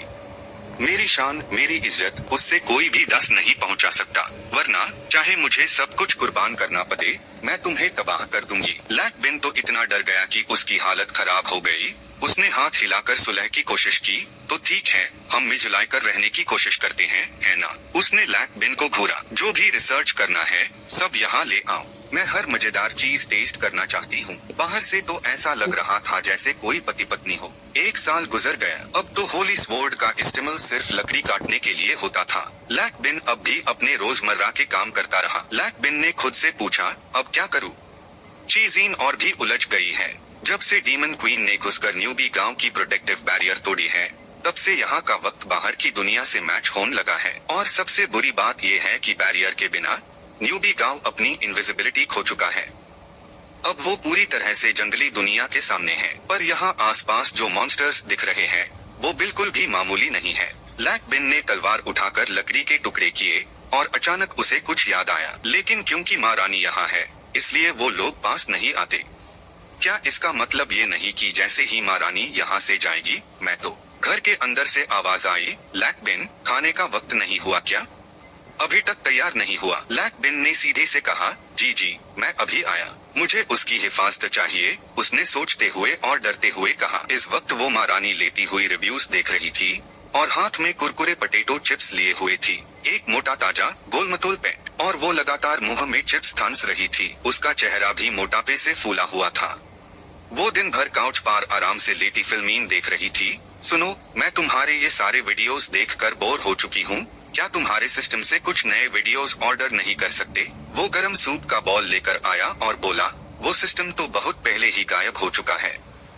इधर आओ, मैंने लंच रेडी कर दिया है। वो मुश्किल से उठी, अभी आती हूँ, बस थोड़ा वेट करो। उसने एक जादुई शक्ति का इस्तेमाल किया और उसकी पीठ पर छोटे से लाल पंख निकल आए। उसने चलने के लिए पैरों का इस्तेमाल तक नहीं किया, धीरे धीरे उड़ती हुई आई और हाथों से लगातार चिप्स खा रही थी। वो लड़की में से बोली, ये तुमने मुझे कौन सा जहर दे रखा है? ये पोटैटोस? मैं जितना खा रही हूँ उतनी ही आलसी होती जा रही हूँ। उसने गुस्से में सोचा, डिलिशियस फूड के बहाने ये में मुझे क्रॉनिक पॉइजन्स दे रहा है ताकि मैं पैरालाइज्ड हो जाऊं और पूरी तरह से इसमें फैंस कर मीठे सपने देखती रहूं। मैन ने झट से जवाब दिया, ये पोटैटोस हाई कैलोरी है, ज्यादा खाओगे तो फट जामा हो जाएगा और नेचुरली इंसान लेजी हो जाएगा। उस लड़की ने अपने बेड पेट की तरफ देखा, उससे थपथपाया और पूछा, फैट? उसने जोर से अपना पेट पकड़ा और उसे हिलाया भी। उंगली छुटकाई और बोली, प्रोफाउंड मैजिक। उसका शहर हवा में टेरने लगा और चारों तरफ पर्पल लाइट्स चमकने लगी। साथ वाला लड़का हैरान रह गया। नेगेटिव एट्रीब्यूट कन्वर्शन, उसके शहर पार गैलेक्सी जैसी रोशनी छा गई और वो ट्रांसफॉर्म होने लगी। बस एक पाल में उसका शहर वापस अपनी नॉर्मल ब्यूटीफुल फॉर्म में आ गया, एकदम परफेक्ट फिगर के साथ। सॉरी हाँ, तुम्हारे दिए हुए सारे फटको जो मेरी बॉडी में जमा हो गया था, मैंने मैजिक पावर में कन्वर्ट कर दिया है। ये मैजिक तो कमाल का है। उसने हाथ चिन पार रखा और एक प्रोवोकेटिवली बोली, हा हा हा। लो, तुम्हारी एक और चाल मैंने नाकाम कर दी। ओ ना, अब डिसअपॉइंटेड। मैन ने थोड़ी उदास हंसी के साथ जवाब दिया, जो तुम कहो वो ही सही है। चलो अब खाना खाते हैं। उसने खुशी से अपने हाथ मसले और बोली, आज का लंच तो मियर टेस्ट का है, तो मैं अब कोई फॉर्मेलिटी नहीं करूंगी। डाइनिंग टेबल पर एक से बढ़कर एक बहुत सारे डिशेस वो बड़े चाव से बिना रुके खाना खा रही थी। उसकी बगल में बैठा लड़का भी देख नहीं पाया। अरे धीरे खाओ, आराम से खाओ। उसने थक कर बोला, अगर और चाहिए तो मैं और बना दूंगा, ज्यादा खाने में कोई प्रॉब्लम नहीं है। मन ही मन वो सोच रहा था, लगता है मुझे डीमन लॉर्ड के साथ ऐसे ही रहना पड़ेगा कुछ टाइम तक। पर उसके दिमाग में कुछ और ही चल रहा था। तुम अभी भी बहुत नादान हो, पहले मोटा करूं, फिर किल करूंगी। मैन चाहे कितना भी जेंटल हो, उसके दिमाग में तो बस टेबल पार जोर से हाथ पटकने का प्लान चल रहा था। मैन झट से खड़ा हो गया, और कोई स्नैक चाहिए? मैं ला देता हूँ। उसने गुस्से से उसकी तरफ देखा, क्या तुम सच में मुझे पिग समझते हो? इस साल मैंने 10 से ज्यादा बार ब्रेक थ्रूज किए हैं। अब मैं तुम्हें चैलेंज करने के लिए कैपेबल हूँ। चलो अब एक फाइट टू द डेथ हो जाए। मैन ने फ्रिज खोला और क्रीमी पुडिंग निकला। ये तुम्हारी फेवरेट पुडिंग है, एलिजाबेथ। उस लड़की की आंखें चमक उठी। वो प्लम्प डिलिशियस लुकिंग पुडिंग को घूरने लगी। वो खुशी से उछल पड़ी, उसकी आंखों में हार्ट शेप्स बन गए और वो बोलने लगी, जल्दी दो मुझे। मैन ने राहत की सांस ली। अच्छा हुआ ये डीमन लॉर्ड ज्यादा मुश्किल नहीं है पालने में, बस रेगुलर खाना दो और ये शांत हो जाती है।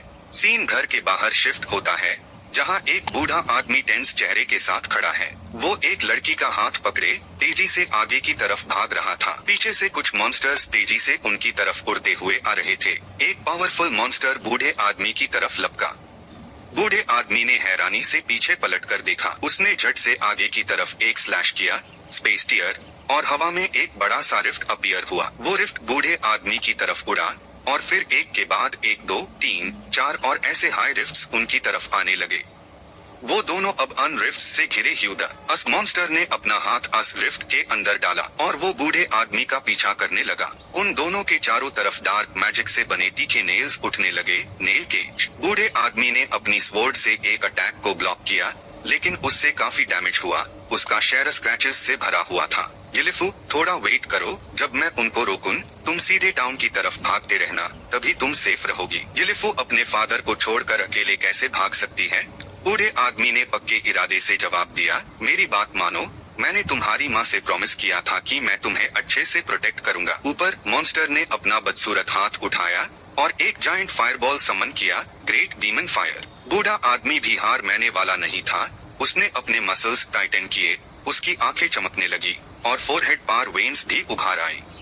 मुझे पावरफुल टेक्निक्स के साथ क्विक विन करना होगा। बोलते ही उसने अपनी स्वॉर्ड निकाली, हीरो स्लैश। उसका अटैक उड़ा और अस जायंट फायरबॉल को सीधा 2 टुकड़ों में काट दिया और उड़ते हुए मॉन्स्टर की तरफ गया। अस मॉन्स्टर को भी 2 टुकड़ों में काट दिया। बगल वेल मॉन्स्टर ने अपने कॉमरेड को मरते देखा और उसका दिल टुकड़े टुकड़े हो गया। उसने अपने साथी का मास्क वापस ले लिया और उस मास्क को एब्जॉर्ब करके वो और भी ज्यादा स्लाइमी बनने लगा। वो लंबे वक्त तक चीखता और तड़पता रहा। उसका जिस्म एकदम गुई स्लाइम की तरह हो गया। नीचे खादे लड़की चीखी, मैं कुछ भी हो जाए अपने पापा को कभी नहीं छोड़ूंगी। उसने अपना नीली रोशनी वाला बो ऊपर उठाया। तेजी से डू नेचर के टियर मॉन्स्टर की तरफ उड़ गए। उस बेड मॉन्स्टर को जरा भी फर्क नहीं पड़ा। लगता है वो सबसे बड़ा मॉन्स्टर है। बूढ़े ने पलटकर अपनी बेटी से कहा, डार्क गिल्ड के चेले, तू उनका सामना नहीं कर सकती। पापा को नहीं पता वो कब तक इन्हें रोक पाएंगे, इसलिए जल्दी भाग जा। उस मॉन्स्टर ने अपने ताकतवर हाथ जमीन पर रखे और कुछ एब्जॉर्ब करने लगा और तुरंत उन दोनों की तरफ लपका। उसके पीछे से धूल और पठार उड़ने लगे, बिखरने लगे। वो सीधा उस बूढ़े के सामने आ गया। बूढ़े ने वक्त पार रिएक्ट किया और अपनी तलवार से उसके पंच को रोका, मगर ताकत इतनी ज्यादा थी कि वो उसके एक हाई पंच से कई मीटर्स दूर जा गिरा। वो एक बेड पत्थर से टकराया, धड़ाम की आवाज आई। उसकी आंखें फटी रह गई और मुंह से खून निकलने लगा।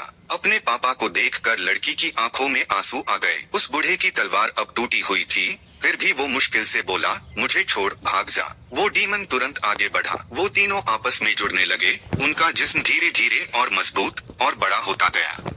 अब उसके एक जिस्म पर 3 चेहरे थे और उसमें से एक दरवनी नीली काली गोई रोशनी निकल रही थी। बुद्धा थक कर बेहोश हो चुका था। लड़की ने बूढ़े को गले लगाया और कांपते हुए बोली, मैं तुम्हारे साथ चलूंगी, बस मेरे पापा को छोड़ दो। मॉन्स्टर ने कोई परवाह नहीं की और सीधा अपना गोई मुंह लड़की की तरफ खोला। लड़की ने ऊपर देखा और मन ही मन सोचा, लगता है अब मेरा काम तमाम। वो मॉन्स्टर इधर उधर झूमता हुआ उन दोनों की तरफ लपकने ही वाला था कि तभी अचानक कुछ तेजी से नीचे गिरा और उस मॉन्स्टर को पूरी तरह कुचल दिया। धूल और मिट्टी चारों तरफ उन दोनों की तरफ उड़ने लगी। लड़की ने अपनी आंखें छोटी की और देखने की कोशिश की कि ये क्या है जो उसके सामने खड़ा था। यूज देखकर वो डर गई। वो एक बहुत बड़ा एलिफेंट था जिसका नाम मना माचीचू था। वो इतना बड़ा था कि वो दोनों उसके नखों के बराबर भी नहीं थे। उसने सूरज को भी छिपा दिया था अपने डुबेड और नुकीले दांतों से। उसके सर पर एक छोटा सा मंदिर था जिसके अंदर काप मोसेज नाम का एक पीली स्किन वाला बुद्धा फ्रॉग खड़ा था। उस बूढ़े फ्रॉग ने कहा, भाई खतरा टुटाल गया, अब इन 2 मासूम इंसानों का क्या करें? उस बूढ़े फ्रॉग के सर पर एक और छोटा सा घर था जो कुछ जाना पहचाना लग रहा था। वो तो हमारा वैन था निकला। वो रोबोट डॉग अपनी पूंछ हाईलाइट यू बोला, लेकिन मासूम लोगों को नुकसान पहुंचना मना है। मैं इन्हें अपने मास्टर के पास ले जाऊंगा, वो देखेंगे। लड़की हदबदाकर उठ गई। उसके मुंह से अभी भी मॉन्स्टर निकल रहा था। वो अकेली एक कमरे में लेटी हुई थी। उसने आसपास देखा और खुद से पूछा, ये अजीब जगह कौन सी है और पापा और बाकी सब कहाँ है? यूज याद आया कि बेहोश होने से पहले उसके पापा बहुत बुरी तरह जख्मी थे। अगर उनका इलाज सही वक्त पर नहीं हुआ तो उसके चेहरे पर डर छा गया। लड़की ने ब्लैंकेट को एक तरफ फेंका और जमीन पर उतर गई। वो तेजी से बाहर भागी और बार बार बोल रही थी, पापा आपको हिम्मत नहीं हारनी। उसने दरवाजा झटके से खोला और पापा को बुलाया। उसके सामने उसके पापा थे, एक डैम फिट और स्ट्रॉन्ग बॉडी के साथ जिसमें कोई कमी नहीं थी। वो 5 सेकंड्स के लिए फ्रीज हो गई। उसके सर पर एक बड़ा सा क्वेश्चन मार्क बना हुआ था। तो पता चला कि वो लुओ बेन जो मेन हीरो है उसके लिए डेमो दे रहे थे। एक अच्छे वॉरियर के लिए बॉडी सबसे बेसिक चीज है। हमारा हीरो लगातार तालियां बजा रहा था और तारीफ कर रहा था। अंकल आपने जरूर बहुत टाइम लगाया होगा इतने फिट होने में, है ना? उसका चेहरा खुशी से चमक रहा था। क्या ये प्रोफेशनल वॉरियर दूसरी दुनिया से आया है? वाह ये तो कमाल है। वैंग ता अपने मास्टर के आसपास भाग रहा था। लगातार एलिजाबेथ को गुस्सा आ रहा था और उसने सीधा वैंग ता को एक किक मारी और उसे दूर फेंक दिया। वो कई मीटर्स तक उड़ता हुआ गया और फिर कई बार लुढ़कता रहा। नीचे उसकी क्यूट सी चप्पलें थी, मगर ऊपर से वो लड़की गुस्से में बोली, किसने कहा इस स्टूपिड डॉग को कि वो इन फालतू लोगों को यहाँ ले आए? पपी डर के मारे कांप रहा था और दूसरी तरफ वो दोनों एक दूसरे को अपनी मसल्स दिखा रहे थे। हीरो ने उस बूढ़े की मस्कुलर बॉडी को पोक किया, क्या सॉलिड और फिट बॉडी है? बूढ़े ने शैतानी स्माइल दी, अगर लैक बिन सर को इतना पसंद आया है तो अब मैं क्या छुपाऊंगा। उसने अपनी मसल्स इतनी फ्लेक्स की कि सारे कपड़े फट गए, बस सेफ्ट अंडरवियर रह गया। हीरो की आंखें चमक उठी, उसकी बॉडी चमक उठी, एकदम स्मूथ और ग्लोइंग। ऐसी बॉडी तो बड़े बड़े पहलवान भीतर से, पर इस बूढ़े जैसी नहीं बना पाते। बेटी ने अपने बाप की इस बेशर्मी को देखा। पापा ये आप क्या कर रहे हो? तीनों एक दूसरे को कुछ देर देखते रहे। बूढ़े ने बेटी को देखकर साय किया, लो आखिर तू जाग ही गई। उसने बेटी के कान में फुसफुसाया, मैं बस इन सेवियर्स को इम्प्रेस करने की कोशिश कर रहा हूँ। लैक बिन आगे बढ़ा, अच्छा तो ये बात है। यूज एक कदम भी आगे बढ़ने ना दिया। एलिजाबेथ टेलीपोर्ट होकर उनके बीच आ गई। अगर जाग गए हो तो जल्दी से दफा हो जाओ। वो लड़की आगे बढ़ी, उसके अंदर से एक तेज गुस्से वाली ऑरा निकल रही थी। उसकी गुस्से वाली आवाज बेटी के बिल्कुल करीब से आई। उसने कहा, मैं पहले आई थी। वो ब्लॉन्ड लड़की डर के मारे कांप उठी। शुक्र है लैक बिन ने रोक लिया। आरी यहाँ मेहमान कम ही आते हैं, चलो अंदर चल के बात करते हैं। लैक बिन ने मेहमानों के लिए पीने को सर्व किया। माफ करना, इस गांव में आप दोनों की खातिरदारी के लिए कुछ खास नहीं है। ये मेरी खुद की रोस्टेड बार्ली टी है, प्लीज। ब्लॉन्ड लड़की ने गरम गरम चाय का कप पकड़ा जिसमें से सुनहरे बबल्स निकल रहे थे। उसने सोचा, क्या ये वही डिवाइन मेडिसिन है जिसके बारे में पापा ने बताया था? हा, मैंने कुछ ज्यादा ही बढ़ा चढ़ा के बोल दिया था। उससे पहले तो मैंने तुम्हें बस ठंडा वेल वाटर पिलाया था। एलिजाबेथ आराम से पास बैठते हुए सोचती है, इंडू कमजोरों को पकड़कर लैकबिन मुझ पर कौन से एक्सपेरिमेंट्स करेगा। शी, क्या मैं ये डीमन किंग तुम्हें सेटिस्फाई नहीं कर पाई? बूढ़े ने कहा, उस वक्त भले ही मैं होश में नहीं था, पर थोड़ा थोड़ा याद है। उस वक्त लैकबिन अभी भी खेत में दिल लगाकर काम कर रहा था। लैकबिन कहीं से उड़ता हुआ आया और उन दोनों को अपने साथ ले आया। फिर उसने उन्हें थोड़ा उबला हुआ वेल वाटर पिलाया। उससे पीते ही बुद्धा एकदम जवान हो गया, आंखें चमकने लगी और बॉडी में नई जान आ गई। अगर लैकबिन तुमने हमारी मदद ना की होती तो शायद मैं अपनी बेटी से दोबारा कभी ना मिल पाता। लड़की अभी भी चाय का कप पकड़े हुए थी। इतनी कीमती चीज, क्या हम सच में ऐसी पी सकते हैं? लैकबिन ने अपना सर खुजाया। आप एडवेंचरर्स भी कमाल की बातें करते हो। अरे फॉर्मेलिटी की क्या जरूरत है? आहा, दोनों ने शुक्रिया किया। ठीक है, तो लैकबिन सर, अब हम कोई फॉर्मेलिटी नहीं करेंगे। जैसे ही उन्होंने एक घूंट भरा, उनकी आंखें हैरत से बड़ी हो गई। उन्हें लगा जैसे वो किसी मैदान में पहुंच गए हो। सुनहरे धन के खेतों में सेफ्ट कपड़ों में लपेटे हुए वो जायज। बूढ़े की आंखों से तो आंसुओं की दो धारा बह निकली। क्या यही पहली बार की फीलिंग होती है? वो आसमां में उड़ते पक्षियों को देख रहे थे। कुछ देर तक वही चुपचाप लेते रहे। उस बड़े से सुनहरे धन के खेत के बीच एक अजीब सा सिंबल था और बाकरी। वहाँ एक यूएफओ भी उड़ रहा था। बुद्धा तुरंत 3 स्टार मेज से 4 स्टार ग्रेट मेज बन गया और बेटी भी कम नहीं थी। वो 1 स्टार मेज से सीधा 1 स्टार ग्रेट मेज बन गई। चमकते हुए बूढ़े ने कहा, हमारी मैजिक पावर का लेवल सीधा ब्रेक थ्रू होकर अपग्रेड हो गया है। बेटी ने जवाब दिया, हाँ, माँ की एल्फ ब्लड लाइन भी जाग उठी है, मेरे कण भी खुल गए हैं। दोनों ने एक साथ कहा, ये सब होने के बाद अब कुछ भी इम्पोर्टेंट नहीं रहा। लैकबिन ने दिल खोलकर और ऑफर किया, आइए, मैं आप दोनों के लिए एक और कप डालता हूँ। बुद्धा आंसुओं और नाक से भरा हुआ था। बस करो लैकबिन सर, सच में बस हो गया। उसने मन ही मन सोचा, ये लैकबिन सर आखिर किस दुनिया के देवता हैं?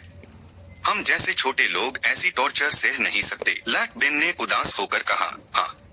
उसने मन ही मन सोचा, मैं भी आपका ड्रिंक्स और स्नैक्स से वेलकम करना चाहता हूँ, पर वो सब एलिजाबेथ ने कब्जा कर रखा है। अगर कुछ उठाया तो डीमन किंग गुस्सा हो जाएगी। एलिजाबेथ अभी भी ऑरेंज जूस पी रही थी, पर बाकी सब कुछ तो मेरा है, तुम लोग सोचना भी मैं। लैकबिन ने साय किया, आपका वेलकम करने के लिए कुछ नहीं है, सच में माफ करना। उसने सर झुका लिया जबकि वो दोनों अभी भी कांप रहे थे। उसने आगे पूछा, बीए टू अंकल, आप लॉग ऑन पर अटैक क्यों हुआ? अंकल ने घबराते हुए बताया, जैसा कि आप देख सकते हैं लैकबिन सर, ये वाई लेफू की बॉडी में एल्फ ब्लड लाइन की वजह से है। पास खादे लड़की ने बात आगे बढ़ाई, मेरी माँ एल्फ क्लैन की सेंटेस थी। मेयर पेरेंट्स को प्यार हुआ और मैं पैदा हुई, लेकिन एल्फ क्लैन में दूसरी रेसेस से शादी करना मना था। वो हैरान हो गया, ओह, तो इसलिए एल्फ क्लैन आप दोनों को पकड़ना चाहता है। पास खादी एलिजाबेथ ने उन दोनों की बात काट दी, बकवास। इंटररेशियल शादी पर बंद तो कब का खत्म हो चुका है, जब से मेन डीमन किंग दुनिया पर राज कर रही हूँ। बूढ़े ने सर झुकाया और एक लंबी सांस ली। ये एक लंबी कहानी है। जब से वाई लेफो की माँ को एल्फ होली लैंड में वापस जाने पर मजबूर किया गया, तब से मेन वाई लेफो को छुपा कर रख रहा था। लैकबिन ने जवाब दिया, मैं समझ गया। फिर एल्फ क्लैन ने तुम दोनों को ढूंढ लिया और पकड़ने के लिए लोग भेजे। तो तुम दोनों दूसरी दुनिया के रोमियो और जूलियट हो? वो अंकल गुस्से में हाथ उठाकर बोले, मेरी बीवी ने स्पिरिट क्लैन में वापस जाने का बलिदान दिया था, इसलिए उन्होंने हमें जाने दिया। जो लोग हमारा पीछा कर रहे हैं वो डीमन रियल्म के शैडो गिल्ड के डिसाइपल्स हैं। उसने गुस्से में खादी एलिजाबेथ की तरफ देखा और हैरानी से पूछा, डीमन रियल्म? Shadow guild? कहीं वो? उस लड़की ने उसकी तरफ उंगली दिखाई और खादी होकर चिल्लाई, ये क्या कहना चाहते हो तुम? वो जल्दी से हाथ जोड़कर माफी मांगी, माफ करना, माफ करना। वो गुस्से में कुर्सी पर धूप से बैठ गई। मुझे साफ साफ बताओ, ये शैडो गिल्ड डीमन रियल्म में कहाँ है? और वो स्पिरिट क्लैन को क्यों पकड़ना चाहते हैं? बुजुर्ग ने दांत पीसते हुए कहा, कुछ लोग कहते हैं कि शैडो गिल्ड इंसानी शहर पार रहस्य में रिसर्च कर रहा है, दुनिया पर राज करने वेल डीमन किंग यलेक्शाबाक को जिंदा करने की कोशिश में। बगल में खादी लड़की ने और जानकारी दी, स्पिरिट क्लैन उनके लिए एक मटेरियल है, यहाँ तक कि मैं, जिसने अभी तक अपनी ब्लड लाइन जागृत नहीं की है, वो भी उनका निशाना बन गई हूँ। लैकबिन अब टीयर से सोच रहा था, क्या अब भी मना करोगी? उनका नाम तक ले लिया गया है और तुम कहती हो कि तुमसे कोई लेना देना नहीं। उसी वक्त यलेक्शाबाक झट से खादी हो गई, उसकी गर्दन पकड़कर चिल्लाई, ये मत सोचना कि मुझे नहीं पता तुम क्या सोच रहे हो। गाली सुनकर लैकबिन ने हाथ हाईलाइट यू टेढ़ी मुस्कान के साथ कहा, मुझे पता है, बिल्कुल पता है, तुम हमेशा यही रही हो। गुस्सा कम करो, गुस्सा कम करो। लेफू ने लैकबिन और उसके अजीब हरकतें देखकर अपने पिता से पूछा, पिताजी, ये क्या बात कर रहे हैं? बसु ने अपनी बेटी को ऐसे सुनकर उससे चुप रहने को कहा। यलेक्षा बाग इस बार सोच में पड़ गई और बुदबुदी, एक ही साल में लगता है बाहर कितने बदलाव आ गए हैं ना। इतना कहकर उसने बसु और उसकी बेटी से पूछा, तुम्हें किसने कहा कि डीमन किंग मर चुका है? बुजुर्ग बसु ने ये सुनकर हाथ उठाकर कहा, क्या ऐसा नहीं है? डीमन किंग यलेक्षा बाग तो 500 सालों से गायब है। अगर वो जिंदा होती तो कब की लौट आती और दुनिया पर राज कर रही होती। लैकबिन ये सुनकर हैरान रह गया, जैसे उससे कोई झटका लगा हो, और मन ही मन बोला, ओह माय गॉड, 500 साल।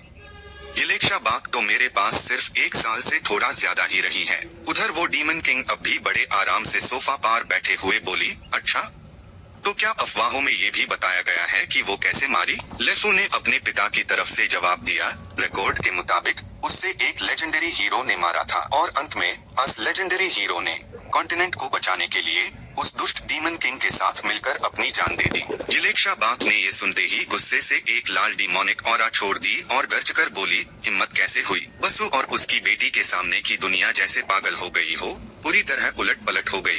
उन्हें लगा जैसे वो अवसाय हेल में फंस गए हो। मौत की हवा, खोपड़ियाँ और सेफ्ट हड्डियाँ हर जगह दिखने लगी। लेफू कांपते हुए पूछा, पिताजी, ये कौन सा नजारा है? ये कौन सी रियल्म है?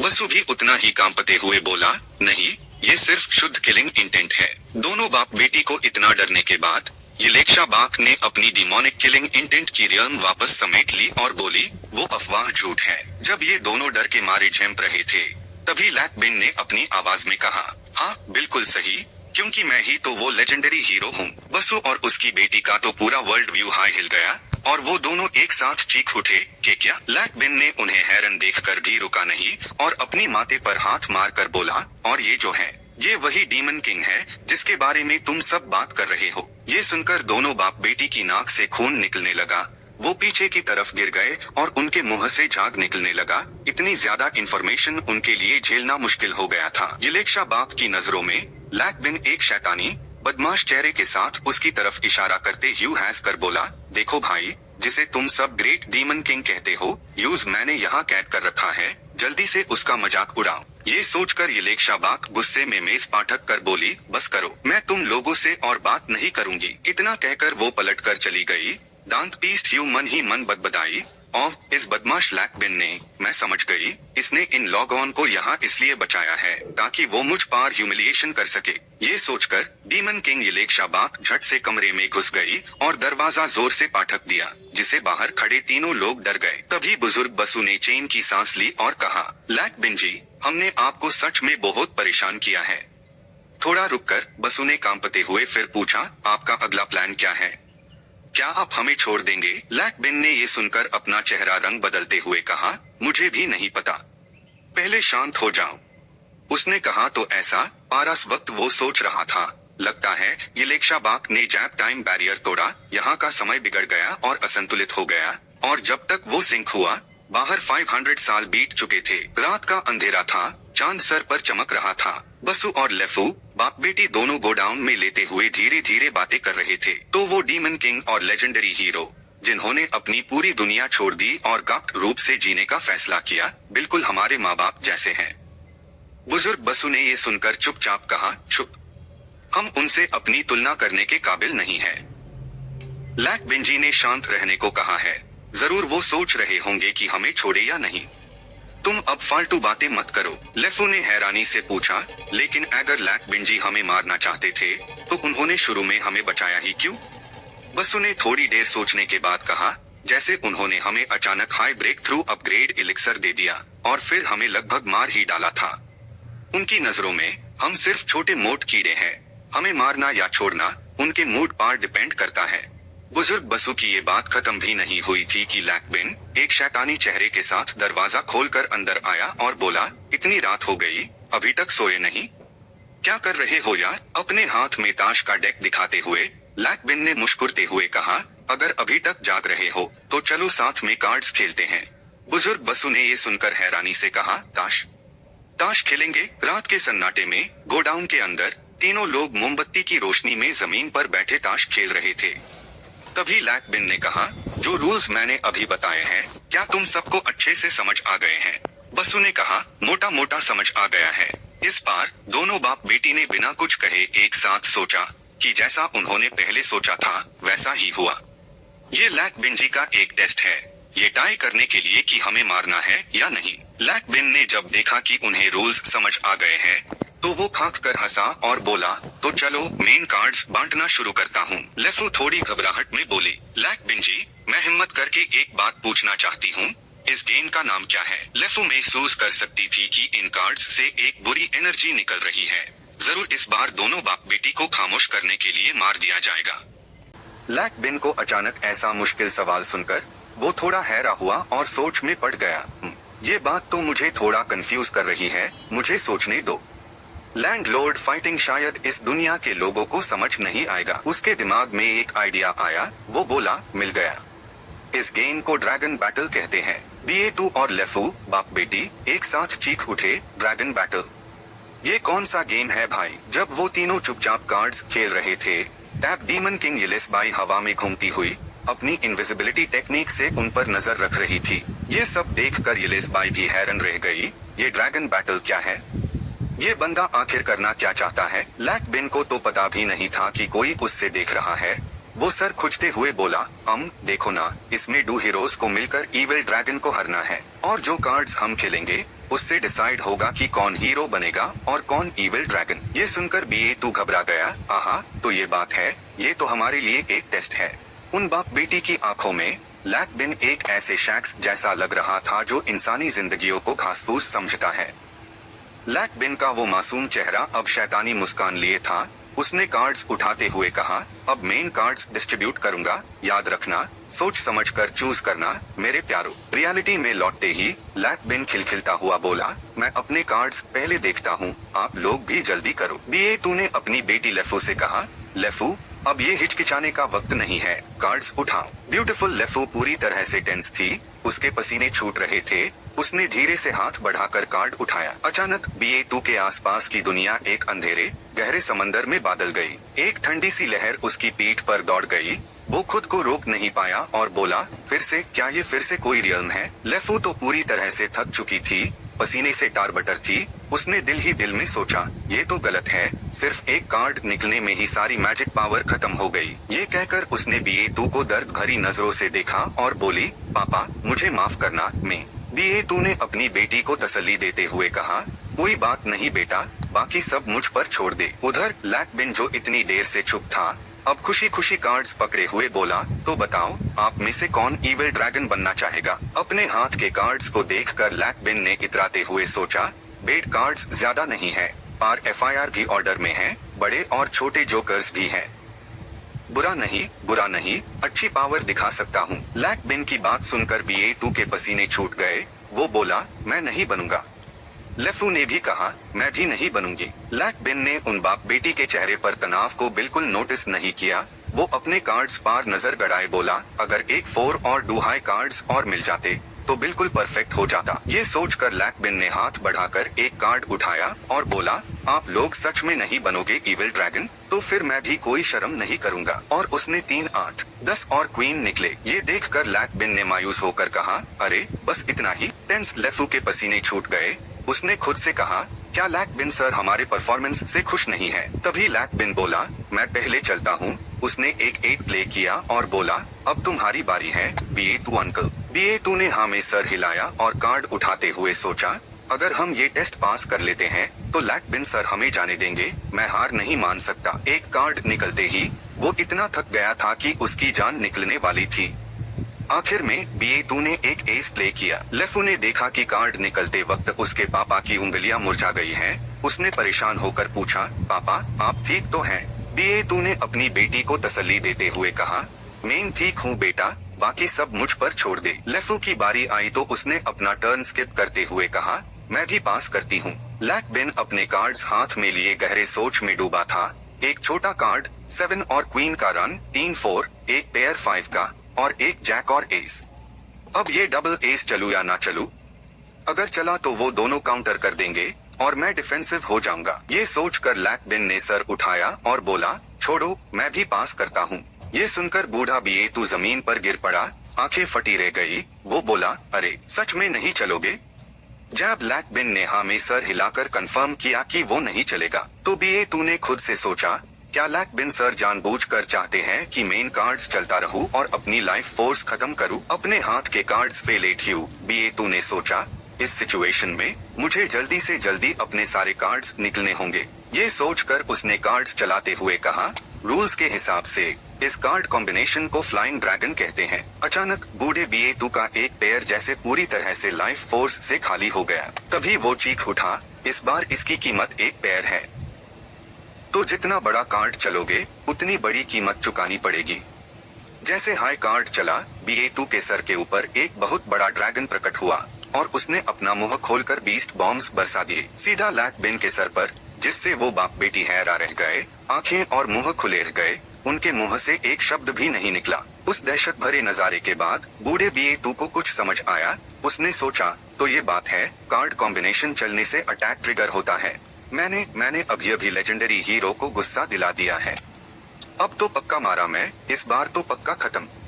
लैकबिन ड्रैगन का सीधा अटैक झेलने के बाद गहरे सोच में डूबा हुआ था। फिर उसने सीधा बीएतू की तरफ देखा और तारीफ करते हुए बोला, बहुत खूब खेला। ये सुनकर बीएतू हैरान रह गया। वो हकलते हुए बोला, लैकबिन सर, आप आ।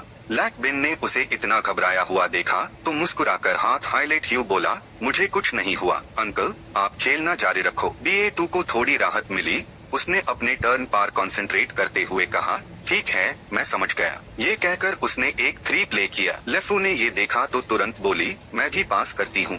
अब लैकबिन की बारी थी। उसने झट से एक दास पत्ता फेंका। ये देख दोनों बाप बेटी ने अपनी बारी छोड़ दी। बस इसी का इंतजार था। लैकबिन ने बुरी तरह हंसकर छक्के से लेके क्वीन तक का स्ट्रेट फ्लश मार दिया और पलक झपकते ही थाउथियन सीयू लैंग नाम की एक भयंकर लहर उठी और उन दोनों बेचारे बाप बेटी को डुबा दिया। बीएतू ने अपनी बेटी को मुश्किल में देख कहा, कास के पकड़े रहना लेफू। दोनों बाप बेटी पानी पीने के बाद ऐसे हाफ रहे थे जैसे ताका हुआ बेल सांस ले रहा हो। तब लेफू ने हाफते हुए कहा, 3 पट्टे और एक पैर था वो। और इसके फुल हाउस ने फिर से पूरे शील्ड और आर्मर से सजी ऑटोमन कैवलरी की एक सेना लेफू के बाप बेटी की तरफ तेजी से बढ़ा दी। लाओ बीएतू ये देख घबरा गया और बोला, मैं छोड़ता हूँ, मैं अपनी बारी छोड़ता हूँ। लेकिन ठीक उसी पाल लेफू ने अपने पिता को रोकते हुए कहा, रुको ज़रा, अब मेरी बारी है। जब बस बूढ़े बीएतू ने देखा कि उसकी बेटी जिद पर आदी है तो उसने उसे रोका और कहा, नहीं बेटी, तुम्हें इसकी कीमत अपनी लाइफ फोर्स से चुकानी पड़ेगी। पिता की बात सुनकर लेफू पत्थर की तरह अधीर होकर बोली, मैं कब तक पीछे छुपी रहूंगी? मैं भी आपकी रक्षा करना चाहती हूँ पापा। अपनी बात खत्म करते ही उस खूबसूरत लड़की ने भी एक फुल हाउस खेला जिसमें 2 पांचे और 3 9 थे। तुरंत ही एक और ऑटोमन कैवलरी की टीम लैकबिन की कैवलरी से भिड़ने के लिए सामने आ गई और ऐसे ही दोनों तरफ की 4 घोड़े वाली रथ तलवार ढल की आवाज के साथ एक दूसरे से टकराने लगी। बूम! लड़की लेफू की ऑटोमन कैवलरी टुकड़े टुकड़े हो गई। ये देख बूढ़े बीएतू ने घबरा कर पूछा, लेफू तुम ठीक हो ना? लड़की लेफू ने कहा, मैं ठीक हूँ पापा। तब लैकबिन ने समझाया, सही वक्त पर अपने पट्टे खेलो लेकिन अपने टीममेट्स को भी बचाओ। बिल्कुल सही, सबसे जरूरी है इरादा। बोल तो वो ये रहा था पर असल में उसके अंदर चल रहा था, मैंने सोचा भी नहीं था कि ये बाप बेटी इतनी जल्दी लेवल अप कर जाएंगे। लैकबिन की बात सुनकर बूढ़े बीएतू ने अपनी अंडू हड्डी बन चुकी उंगलियों को देखा और बोला, इरादा। उसके होश में आने से पहले ही लैकबिन बुरी तरह मुस्कुराया और बोला, बस एक प्रॉब्लम है, बहुत देर हो चुकी है। ये सुनकर लेफू का चेहरा सेफ्ट बैठ गया और उसने कहा, मिस्टर लैकबिन। उधर ऊपर से छुपकर देख रहा डीमन किंग वाई लेसाबाक अचानक महसूस करता है कि कुछ भयंकर होने वाला है और चिल्लाता है, नहीं, ये अशुभ संकेत। नीचे लैकबिन ने 2 एक के फेंक दिए। तुरंत ही धरती आसमान का रंग बदल गया। स्पेस में एक लंबी दरार पैट गई और उस दरार से एक भयंकर राक्षस निकल आया। वाई लेसाबाक का तो मुंह खुला का खुला रह गया और वो बोला, कमीने, ये समन की हुई चीज क्या है भला? वो राक्षस धीरे धीरे स्पेस की दरार से पूरा बाहर निकल आया और वो था the supreme jester demon king. 3 star demon god level का असली और शक्तिशाली जेस्टर किंग ने जैसे ही अपना रूप दिखाया उसने अपना हाथ उठाया और लेफू के बाप बेटी को कुचलने ही वाला था, लेकिन अचानक वो रुक गया और साबाक की तरफ देखकर बोला, छुप छुप कर क्या देखने की कोशिश कर रहे हो? ध्यान रखना, मैं तुम्हें ऐसे चुभूंगा कि तुम्हारे टुकड़े टुकड़े हो जाएंगे। ये बोलकर असजस्टर डीमन किंग ने एक खंजर बनाया और यूज बेड ही अजीब तरीके से चाटने लगा। डीमन किंग वाइले साबाक भी अब डर गया था।